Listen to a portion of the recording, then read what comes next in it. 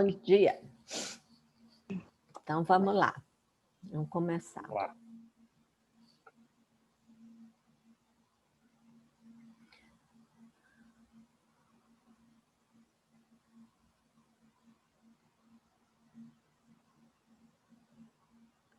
Amado Deus, Divino Mestre Jesus, nossos anjos da guarda que nos protegem, agradecidos estamos, Pai, por mais essa semana que se inicia hoje, Pai, dos nossos estudos,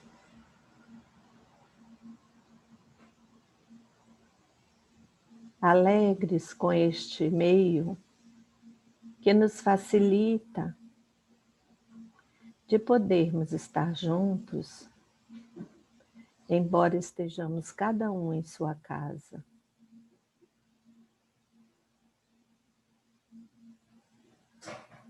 Senhor, nos intui no aprendizado de hoje,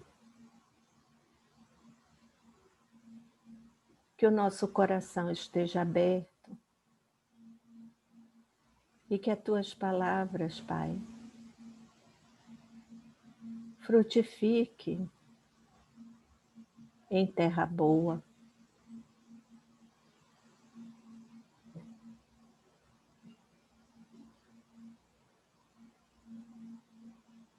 Abençoa todos nós, encarnados e desencarnados que aqui nos encontramos. Abençoa aqueles que não puderam estar aqui, mas que depois assistirão, Pai.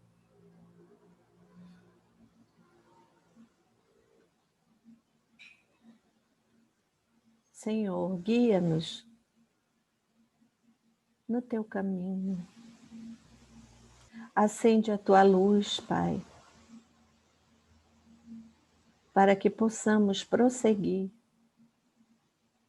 na tua direção.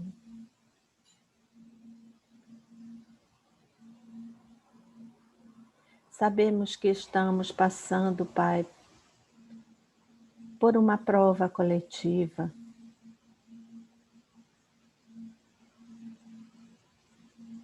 Mas te pedimos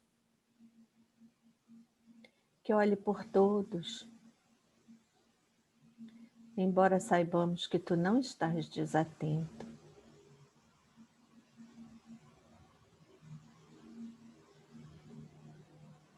E que cada ovelha que se perca no caminho, tu possas resgatá-la e trazê-la de volta, Senhor.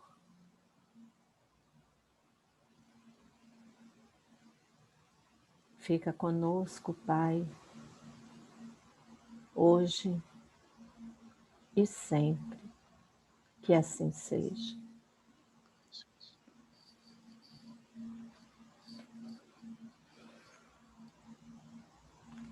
Bom, então vamos lá, gente.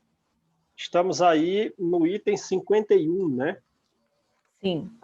Na prece pelos inimigos do Espiritismo, certo? Certo. Todo mundo achou aí onde está?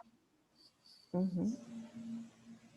Lembrando o seguinte, de uma maneira geral, quanto maior for o nosso sofrimento aqui, maior será a recompensa futura, certo? É isso que a gente pode inferir do item anterior, o item 50. Aqueles que têm fome e sede de justiça serão saciados, né? Mas aqueles que forem perseguidos herdarão o reino do céu. Por levarem o amor e a justiça, mais do que saciados, herdarão o reino dos céus. Agora, aqueles que forem carregados de maldições, perseguidos por toda espécie de mal por causa de Jesus, esses serão efetivamente muitíssimo felizes, porque, de certa forma, eles estão até levando uma vida assemelhada à dos profetas. A tal ponto, esse último caso, em que ele sugere que nós não devemos temer os que podem matar o corpo, né? Mas não podem matar a alma. Devemos temer, sim, aqueles que podem gerar uma influência negativa que possa levar a nossa alma para regiões inferiores. Beleza? Então, essa é a ideia. A ideia inicial, portanto, é: vamos orar pelos inimigos do Espiritismo? Vamos. Porém, saibamos nós que, se formos perseguidos, essa perseguição redundará em efeitos positivos para nós. De forma que, quanto mais grave for a perseguição, quanto mais grave forem as provas, maior será também a aventura no plano espiritual. Então, essa é a ideia, né? Então, vamos lá, prefácio. Quer dizer, então, qual é o conteúdo que deve ter uma prece que deve ser dirigida aos inimigos do Espiritismo? Então, vamos lá. Prefácio. De todas as liberdades, a mais inviolável é a liberdade de pensar, que compreende também a liberdade de pensar, compreende também a liberdade de consciência, né? Lançar anátema quer dizer lançar censura, lançar reprovação sobre os que não pensam como nós, é reclamar para si essa liberdade e negá-la para os outros, né? É desejar para si essa liberdade e negar aos outros. É violar o primeiro mandamento de Jesus, qual? A caridade e o amor ao próximo, né? Então, quando a gente lança uma reprovação a alguém, vejam aí, né? É falta de caridade, né? A Joana de Ângeles diz assim, que quando nós silenciamos uma repreensão, de certa forma estamos reservando para nós a própria piedade. Então, vamos lá. Perseguir, é um grau mais grave do que lançar uma reprovação, uma censura. Perseguição. Perseguir os outros em razão de suas crenças é atentar contra o direito mais sagrado mais sagrado que tem todo homem. Qual? O de crer no que lhe convém e de adorar a Deus como o entenda. Constrangê-los a atos exteriores semelhantes aos nossos, a atos exteriores, veja, constranger os outros a atos exteriores semelhantes aos nossos é mostrar que damos mais valor à forma do que ao fundo. Religião é, antes de tudo, pensamento e sentimento, não é? Não é uma questão de atos exteriores. Isso seria uma preocupação com a forma e não com o fundo. Seria dar mais valor às aparências do que à convicção. Nunca a abjuração forçada. O que é abjurar? É negar, né? É fazer a pessoa desdizer a sua crença. Nunca a abjuração forçada deu fé a quem quer que fosse. Apenas a abjuração forçada pode fazer hipócritas. É um abuso da força material que não prova a verdade, né? Não prova estar com a verdade você desejar que alguma pessoa abjure a sua própria fé, forçando-a a desdizer a sua crença, né? A verdade é senhora de si. A verdade, ela convence, não persegue, porque não precisa perseguir. Beleza? Tudo bem até aí, gente? Legal? Tá. O espiritismo, ele é uma opinião, ele é uma crença. Fosse até uma religião, aí tem uma explicação aqui, né? Nota do tradutor, né? Então é da Federação Espírita. O caráter religioso do espiritismo está claramente expresso na Revista Espírita, no fascículo de dezembro de 1868, editado pela FEB, no artigo intitulado discurso de abertura pelo senhor Allan Kardec. O espiritismo é uma religião? Ponto de interrogação, né? Então, o espiritismo é uma opinião, é uma crença. Fosse até uma religião, então qual é a ideia a respeito do espiritismo? Se ele é ou não é uma religião?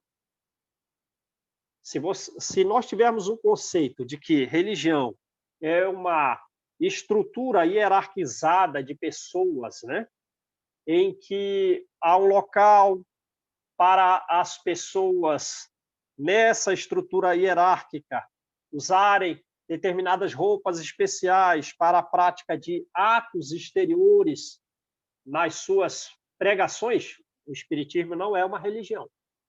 Não é, porque não tem os centros espíritas não têm uma estrutura hierarquizada como tem as igrejas, né? Então, o espiritismo não é uma religião. Todos nós dialogamos aqui, conversamos sobre o espiritismo e tal. Agora, o espiritismo é uma religião no sentido de que ele nos facilita a nossa vinculação com os espíritos superiores. Percebe?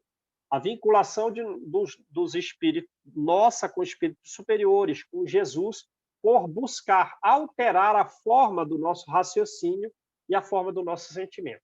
Aí, nesse sentido, o espiritismo é uma religião, né? Então, vamos lá. O espiritismo é uma opinião, uma crença, fosse até uma religião. Por que não se teria liberdade de dizer-se espírita? Como se tem, há de se dizer católico, há de se dizer judeu ou protestante.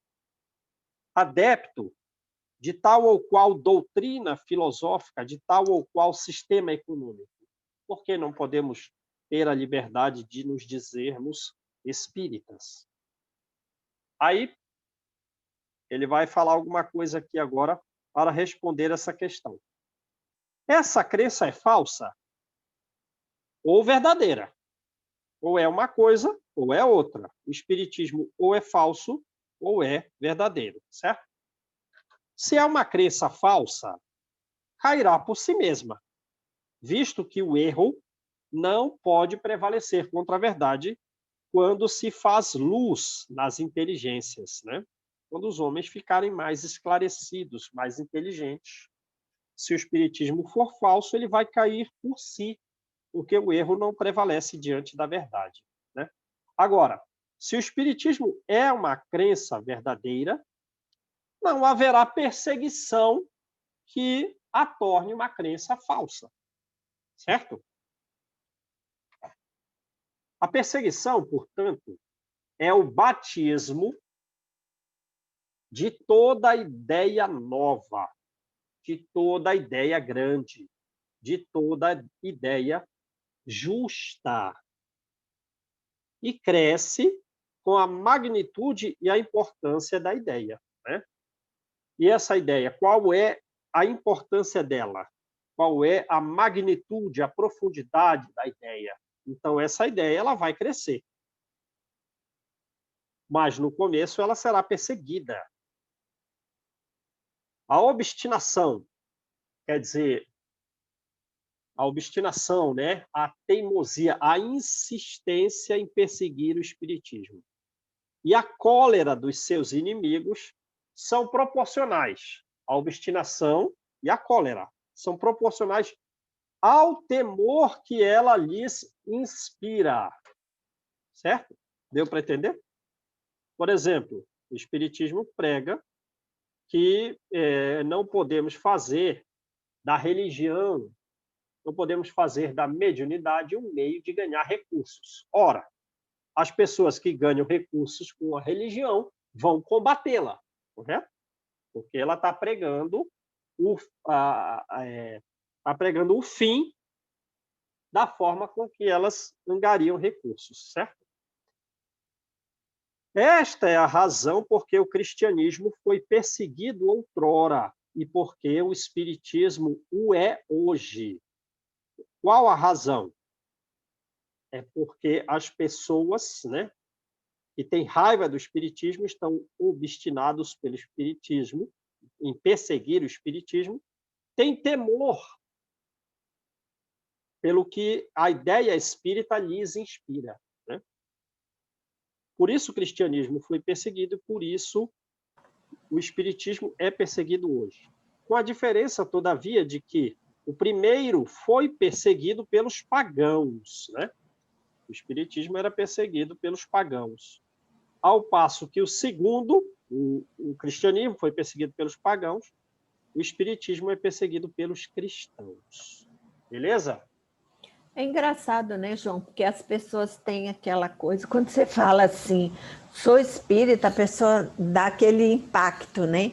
A pessoa fica te olhando assim, como se fosse uma coisa do outro mundo, né? Aí, vocês fazem. Aí eles já misturam com o candomblé. Aí, vocês fazem aqueles rituais de magia negra. Tipo, não tem nada disso. É até engraçado isso. Agora já tem outros que a coisa já está tão assim sendo difundida que já tem pessoas que preferem, eu tenho visto isso, assim, principalmente no meio em que eu convivo, né? Quando você fala que você é espírita, beleza, o povo fica de boa. Agora, quando você fala que é evangélico, o povo recua. Eu achei até engraçado, eu digo, tá mudando a coisa. Ainda bem. Mas Eu acho que toda forma dessa coisa de você ter aquele impacto, né? Seja com que religião for, eu acho que cada um tem que escolher a sua e viver a sua, acabou. Né? Como ele diz aqui, você não tem a liberdade de escolher a sua, o outro também tem. A gente tem que respeitar, né? João, mas nós tivemos um tempo, eu não sei a que se atribui, assim, que tinha, até pelo IBGE, lembra? Tinha pouco espírita, porque a pessoa não se dizia espírita quando vinha um censo. Ela era católica, ela era, né? Mas não até era mesmo, espírita. ela era católica porque, quando era pequeno, foi batizado na igreja católica e ficou, mas não se dizia espírita. Agora, eu vejo também que o espírita tem uma maneira assim, eu nem me julgo espírita porque eu estou longe de praticar um espiritismo correto. Então, eu sou, como que é? Eu sou simpatizante ao espiritismo. Não sou espírita porque eu não pratico tudo aquilo que a religião espírita pratica. Não é? Vocês não já viram isso? Tanto é que o censo... Aí é para perguntar, né? Você acha que o católico faz, o evangélico, o judeu, todos eles fazem tudo que está na lei? Não. Mas você ouve disso. A pessoa, eu acho que não quer se comprometer na realidade, né? Porque a doutrina espírita, ela pede um compromisso, uma mudança de vida, né? Certas coisas que a pessoa não quer se comprometer. Então, é mais fácil ela falar que ela é simpatizante ao espiritismo, que ela ainda não é espírita. Ela pretende, mas ela ainda não é espírita, né? E interessante, assim, que quando eu saí, João, do discípulo para ir para Minas, uma cidade do interior de Minas, lá no norte de Minas, lá, quando sabia que a gente era espírita, ele até não conversava. Eu ouvi falar assim, nossa, mulher, que é assim o termo, né? Nossa, mulher, você é espírita? Eu nem sabia que existia espírita desse jeito. Para mim, tudo macumbeiro. E eu me achando que eu ia para Minas, ia para a terra do Chico, né? Que todo Minas Gerais fosse assim, que nada. Teve uma colega que perdeu, ela tinha uma padaria, quando ela se falou que ela é espírita, né? Que ela falou, porque a cidade pequenininha, fechou, porque ninguém ia na padaria dela. Só iam os espíritos era minoria, não conseguiu manter. Por conta disso, por causa que as pessoas acham que o espiritismo só é macumba, né? Só é encruzilhada. Essas provas aí vão implicar uma recompensa mais significativa no plano espiritual, né? A ponto de fechar o comércio, né? Vai ter valor futuro isso aí, né? Então vamos lá, lembra? Então o cristianismo no começo foi perseguido pelos pagãos e, de começo, também pelos judeus, né? Saulo foi o primeiro perseguidor do cristianismo, levando à morte Estevão, e, por fim, foi um dos mais perseguidos, né? Logo depois da primeira viagem, ele está todo cheio de cicatriz, na mão, no rosto, no corpo, todo cheio de cicatriz na primeira viagem feita, que durou uns 4 anos, voltou todo marcado, todo cheio de cicatriz, né? E agora, os próprios cristãos perseguem o espiritismo. Não é uma perseguição física como sofreu Paulo, né? Mas é uma perseguição, digamos, né, mental, achando, como disse a Malu e como disse a Daisy, né, que nós temos pacto com espíritos inferiores, né? E a ponto de fechar uma padaria. Então, vamos lá. Passou o tempo das perseguições sangrentas. É verdade, passou esse tempo. Se já não matam o corpo, torturam a alma. Atacam-na até nos seus mais íntimos sentimentos, nas suas mais caras afeições. O que o próprio Allan Kardec também sofreu, né? Lança-se a desunião nas famílias. Excita-se a mãe contra a filha, a mulher contra o marido. Não é o que sofremos nós nas nossas próprias famílias? Ataca-se até mesmo o corpo, agravando as suas necessidades materiais, tirando-se-lhe o ganha-pão para vencê-lo pela fome, né? Mas Jesus falou a respeito disso, né? No capítulo 13 do Evangelho, que é o capítulo Estranha Moral, esse item 9 vai dizer: não penseis que eu vim trazer a paz à terra, eu não vim trazer a paz. Eu vim trazer a espada, eu vim trazer a divisão, né? Eu vim causar a divisão entre pai e filho, entre filha e mãe, entre nora e sogra. O homem, de uma maneira geral, terá por inimigos os da sua própria casa. Lembram disso? Uhum. Então, na nossa família, por exemplo, nós somos espíritas. E aí, são todos espíritas? Não. Tem evangélico na família? Ei! Então, o que acontece? Né? Somos aceitos? Não. Quando tem a reunião de família, e lá não, vai os católicos da família aceitam, mas os evangélicos não. Lá vai o espírita falar alguma coisa aqui na reunião. Não, ninguém vai dar ouvido para ele, não. Né?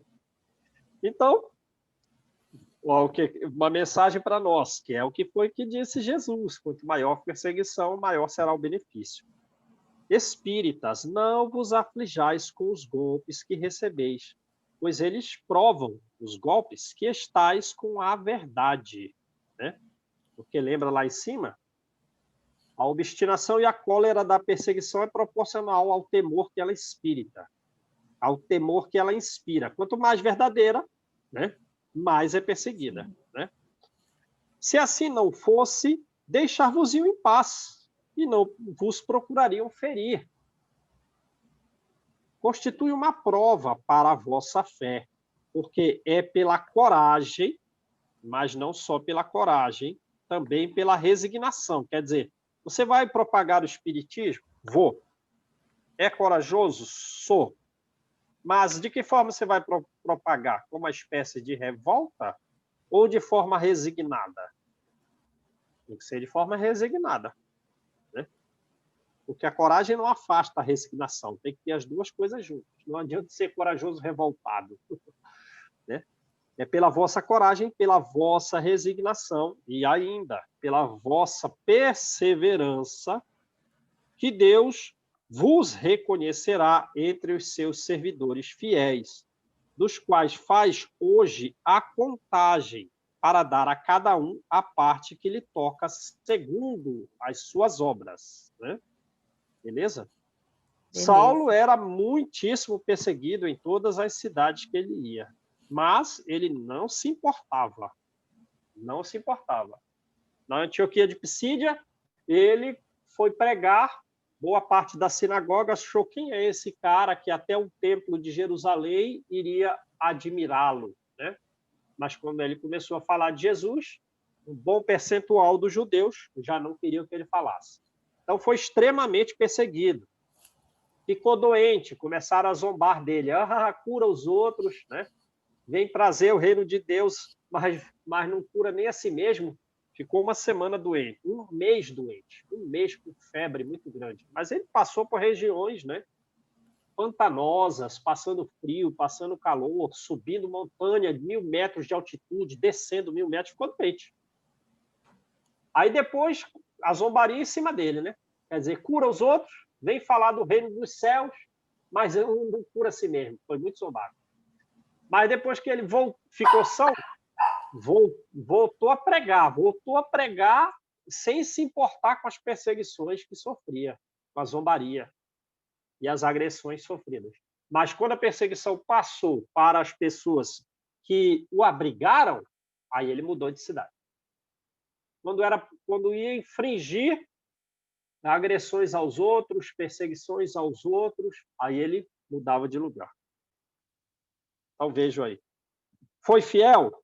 Foi. Corajoso? Foi. Mas, ao mesmo tempo, resignado? Sim. Com perseverança? Sim. Né? E ele recuava diante das agressões que ele sofria? Não. Então, para ele, será dado conforme a obra praticada. Né? E também para todos nós. A exemplo dos primeiros cristãos, aí vimos aí, carregai com altivez, carregai com nobreza, carregai com hombridade a vossa cruz. E é o exemplo que demos, né? Esse pessoal sofreu muito, né? Estevão morreu. Logo depois, Tiago Maior morreu. A perseguição na igreja de Jerusalém basicamente reduziu o serviço dela à assistência social. Já não mais se podia pregar, né? Já não se podia falar dos... Pedro teve que mudar de cidade porque ele ia ser morto. Um bom percentual dos ministros da sinagoga desejaram que Pedro fosse morto. Então, o que ele fez? Foi preso, foi açoitado, agredido. Aí veio um espírito superior e abriu a grade. Aí ele saiu. O espírito pediu, pode sair. Se o espírito ordenou, ele saiu. Aí ele voltou para a igreja. O pessoal, não fica aqui que você vai morrer. Não, mas daí não vou ficar aqui. Não fica aqui que você vai morrer. E, além de tudo, se você ficar aqui, eles vão destruir a obra. Quando Pedro observou a quantia de gente doente, pelos doentes, pelos idosos, pelas mulheres, com as crianças famélicas, aí ele mudou, foi para a cidade de Jope. Mas foi muito perseguido? Muito perseguido. Muito perseguido. Né? A exemplo deles, carreguemos com altivez, quer dizer, com nobreza e hombridade, sem agressão também, a nossa cruz. Crede na palavra do Cristo que disse: bem-aventurados os que sofrem perseguição por amor à justiça. E o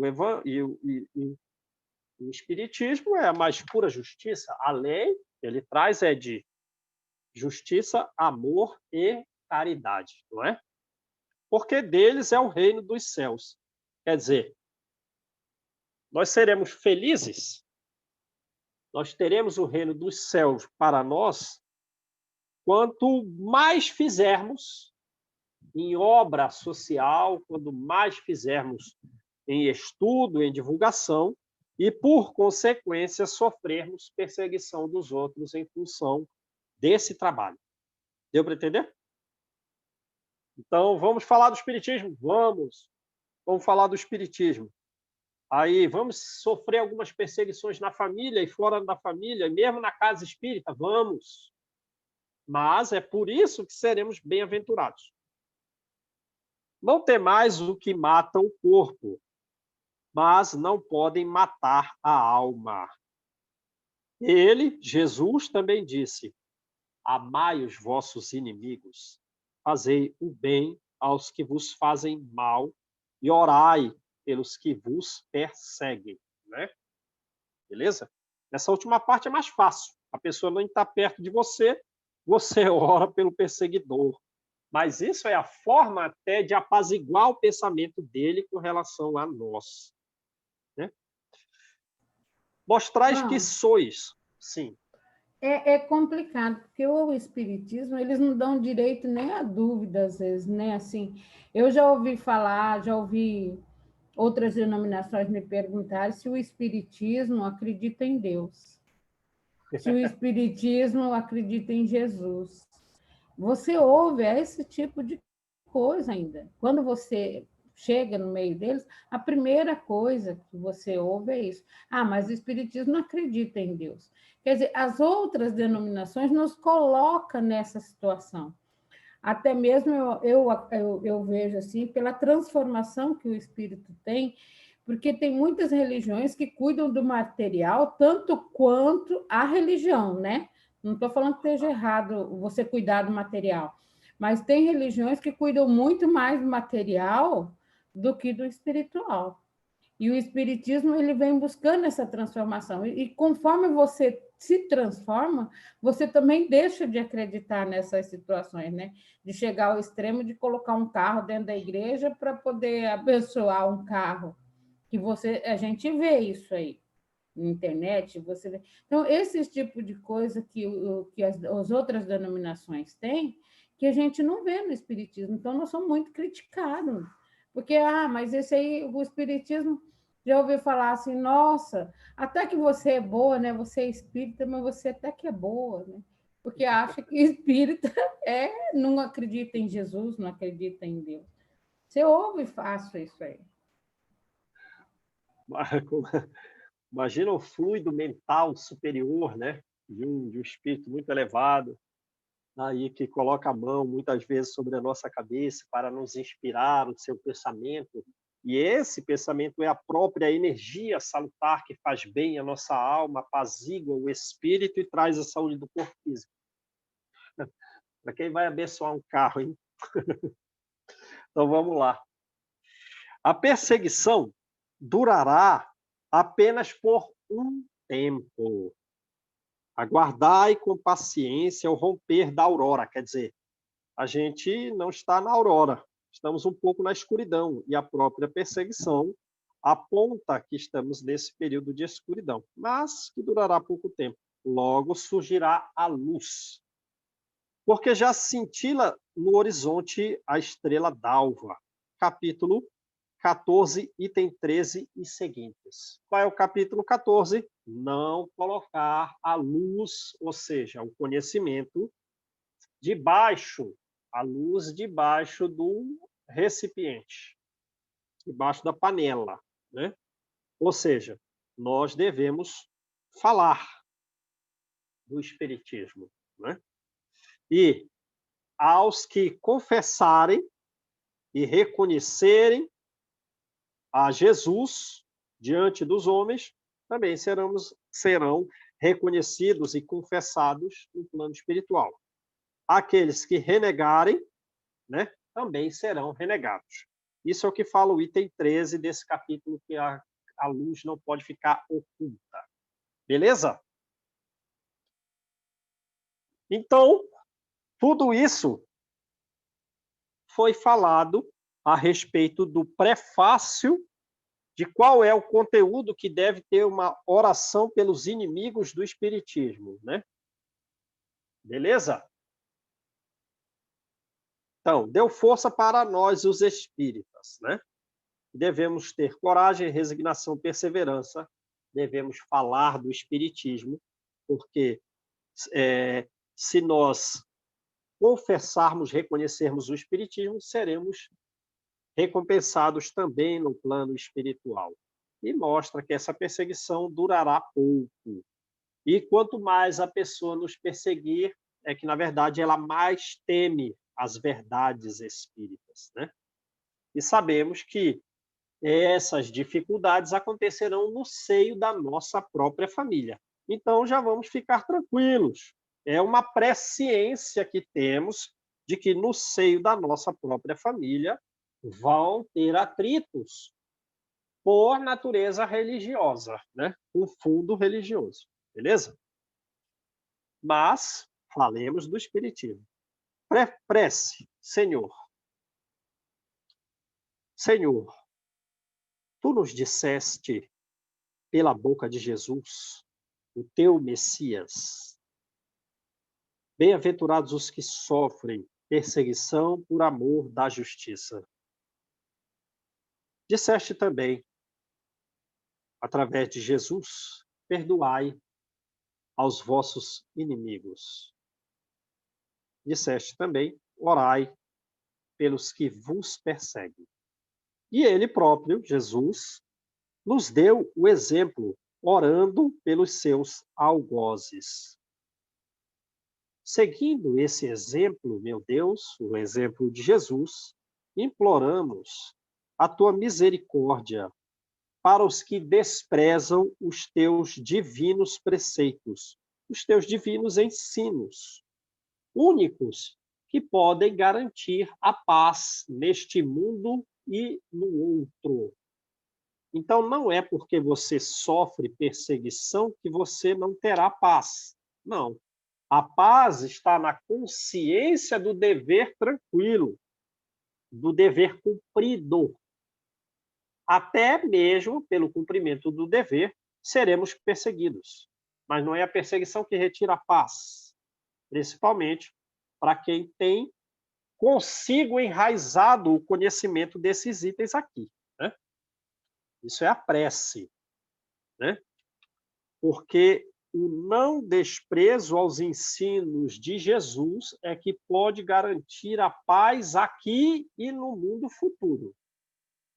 Ainda que aqui sejamos perseguidos, sim?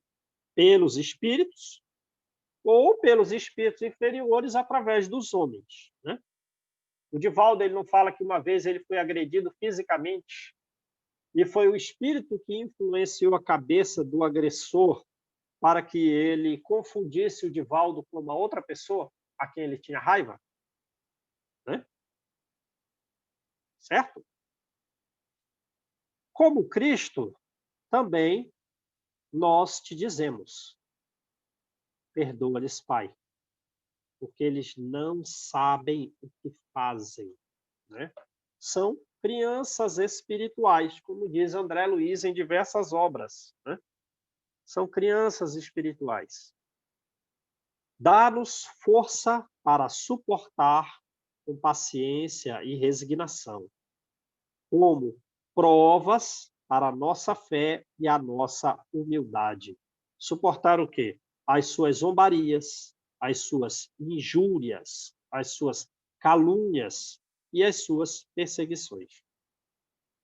Afasta-nos de toda a ideia de represália. Então, está vendo que esse último item aqui é uma prece mais dirigida para nós próprios. Apesar de ser para o conteúdo do Espiritismo, nós estamos pedindo a paciência, pedindo a resignação diante das zombarias, humilhações sofridas, né? E para afastar do nosso coração uma ideia de represália, visto que a hora da tua justiça soará para todos, hora que esperamos, submissos à tua vontade, à tua santa vontade. Beleza? Legal? Então, já sabemos, né? A paz desse mundo, a paz mesmo neste mundo e no outro, é garantida pela prática dos ensinos de Jesus. Certo? Sim. Então, vamos lá.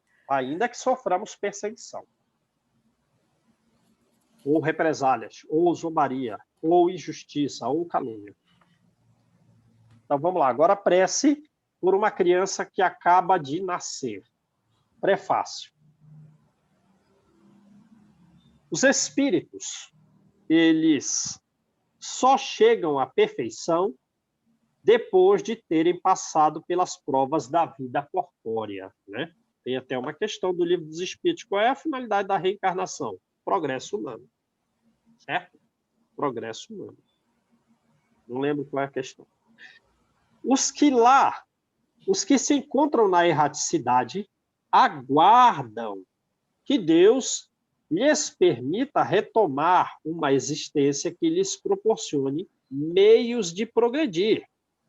Sejam esses meios de progressão através de expiação de suas faltas passadas, mediante as vicissitudes, as dificuldades a que estão sujeitos, quer desempenhando uma missão proveitosa à humanidade, né? Então, de uma forma ou de outra, tudo é progresso, seja através da expiação, seja das provas, seja através das missões proveitosas, não a um grupo restrito de pessoas, mas à humanidade inteira, né? Então, missões mais elevadas. Só progride por essa forma, pela reencarnação, né? Beleza? O seu adiantamento e a sua felicidade futura serão proporcionais à maneira pela qual empenham o tempo que hajam de passar na Terra. Percebe? Percebe porque a Joana fala que nós devemos aproveitar cada minuto? E Paulo também fala a mesma coisa? Quando Barnabé quer voltar para deixar o sobrinho João Marcos, eles tinham um caminho a seguir. Ele quer voltar um pouco para deixar João Marcos, que não quer mais participar daquela missão, porque é muito trabalho, ele desistiu, não quero, é muito trabalho isso, não vou nesse local, lá está infestado de bandidos, não tem como atravessar esse lugar, é muito pantanoso, é muita montanha, não vou. Aí Barnabé chega à noite lá e diz a Paulo, né? Vamos voltar um pouquinho para a gente deixar João Marcos mais próximo de Jerusalém? Aí, olha, Paulo diz, olha, Barnabé, se tu quiser, tu volta. Eu vou seguir sozinho. Ele diz, a empresa de Jesus tem hora certa para a realização de cada coisa. Se a gente deixa passar o momento, perdemos a oportunidade. Olha a força de Saulo, né? Depois dele ter sofrido diversas perseguições, em que Barnabé pensava pelas agressões, eles já estavam perdendo a saúde. Foram muito agredidos. Na cidade, por exemplo, de Listra, uma das últimas cidades na primeira viagem, extremamente agredidos. Ele sofreu apedrejamento, chegou a sangrar muito e ia morrer, foi colocado num monte de lixo. Aí depois, naquele mesmo dia ali, né, reuniu, vamos para outra cidade. O Barnabé já pensando assim, né, Barnabé pensava, eu acho que está na hora da gente voltar, porque a nossa saúde está em perigo já. A gente está periclitando pela saúde. A missão está se tornando perigosa e nós próprios podemos morrer por falta de saúde em função da perseguição. Mas ele, conhecendo a força de Saulo, ele ficou o quê? Ficou caladinho. Aí Saulo ainda foi para mais 2 cidades, né? Na última cidade, eles tiveram que passar 6 meses se recuperando. Olha isso. Quer dizer, vamos ficar 6 meses sem falar nada do cristianismo aqui. Porque a gente precisa ter uma base mínima de trabalho com relação à nossa saúde, porque se a gente começar a pregar e do jeito que nós estamos aqui, é capaz de a gente morrer mesmo. Mas vamos avançar. Lá, a gente fica 6 meses sem falar nada.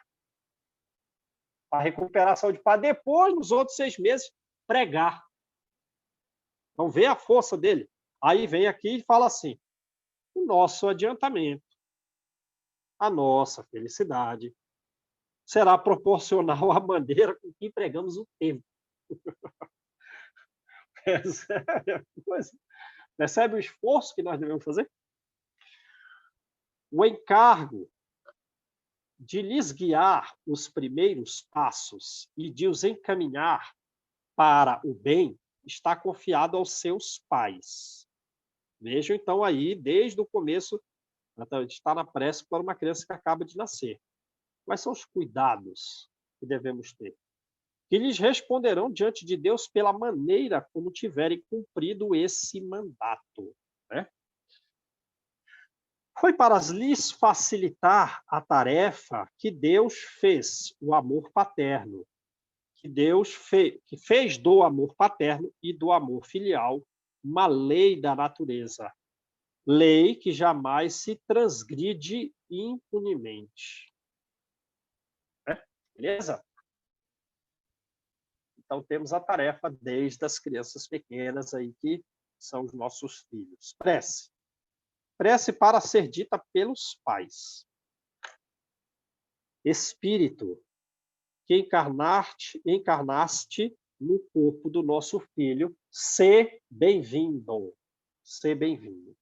Né?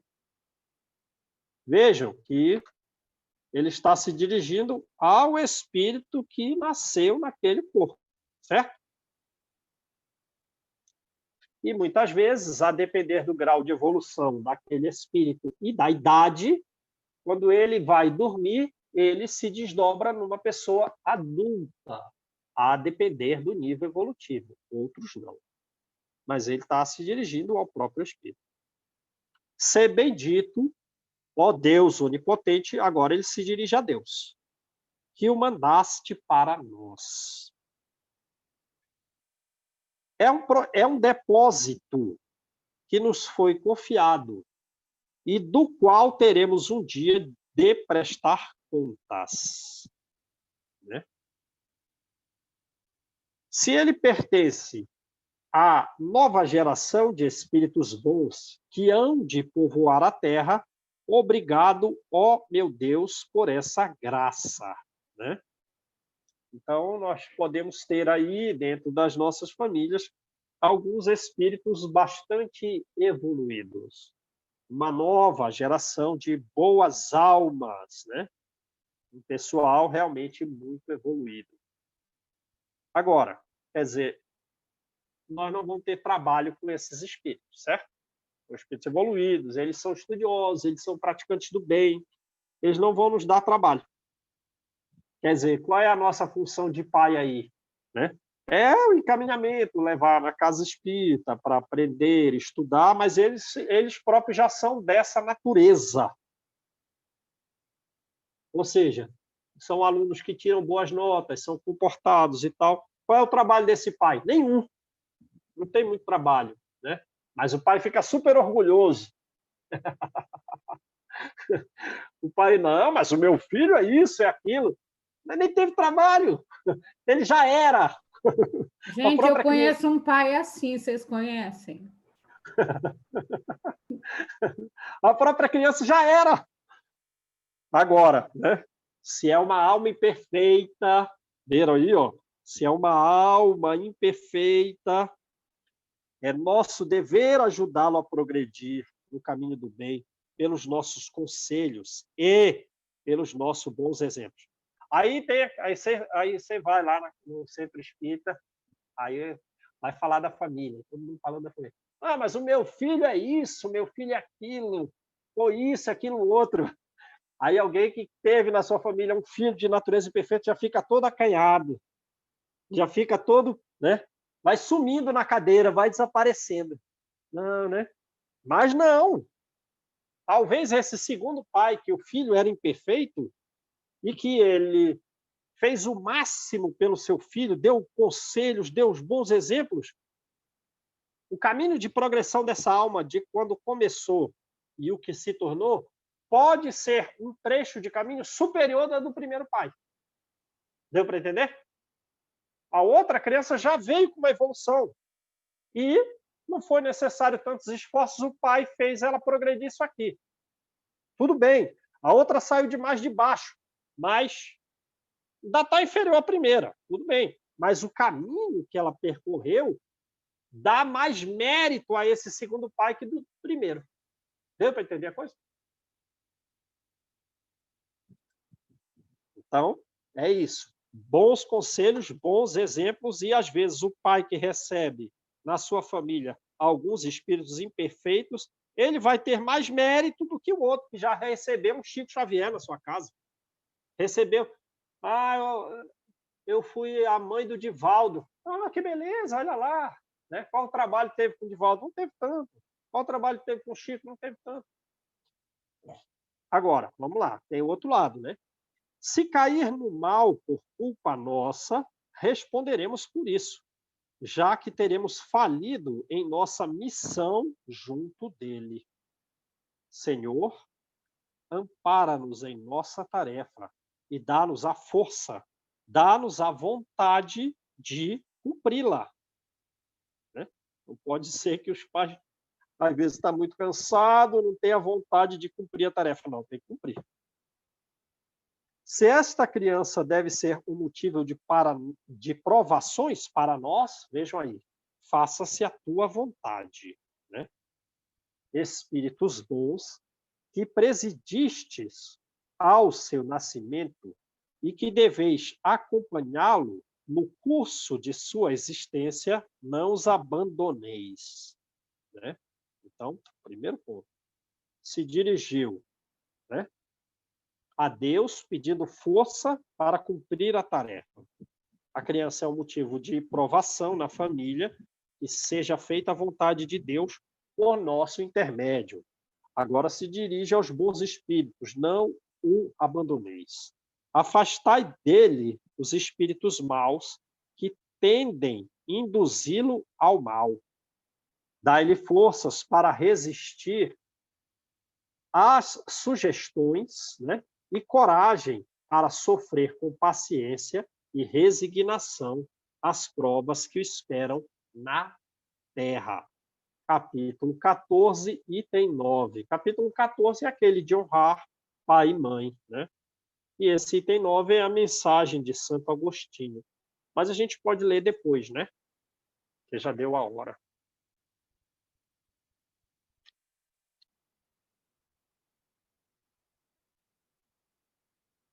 Beleza, gente?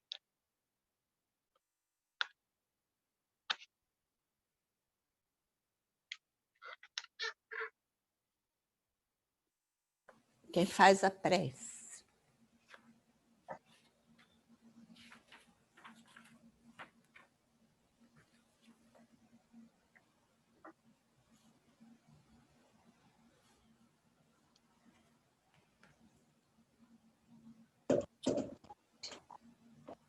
Amado Mestre Jesus, agradecidos estamos, Senhor, por mais este estudo edificante.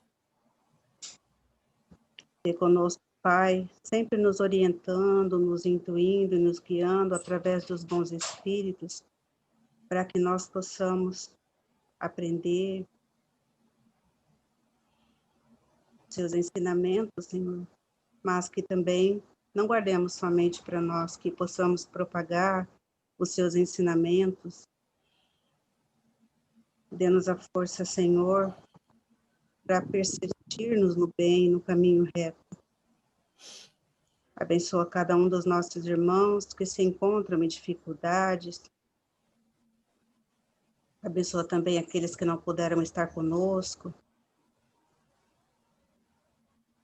Ilumina, Pai, todo o nosso orbe, que está passando por uma pandemia, com muitos irmãos regressando à verdadeira pátria, mas que seus familiares ficam desconsolados. Dê o consolo, Senhor, a esses familiares, amigos. Ilumina-nos, Senhor, hoje, amanhã e sempre, e que assim seja. Graças a Deus.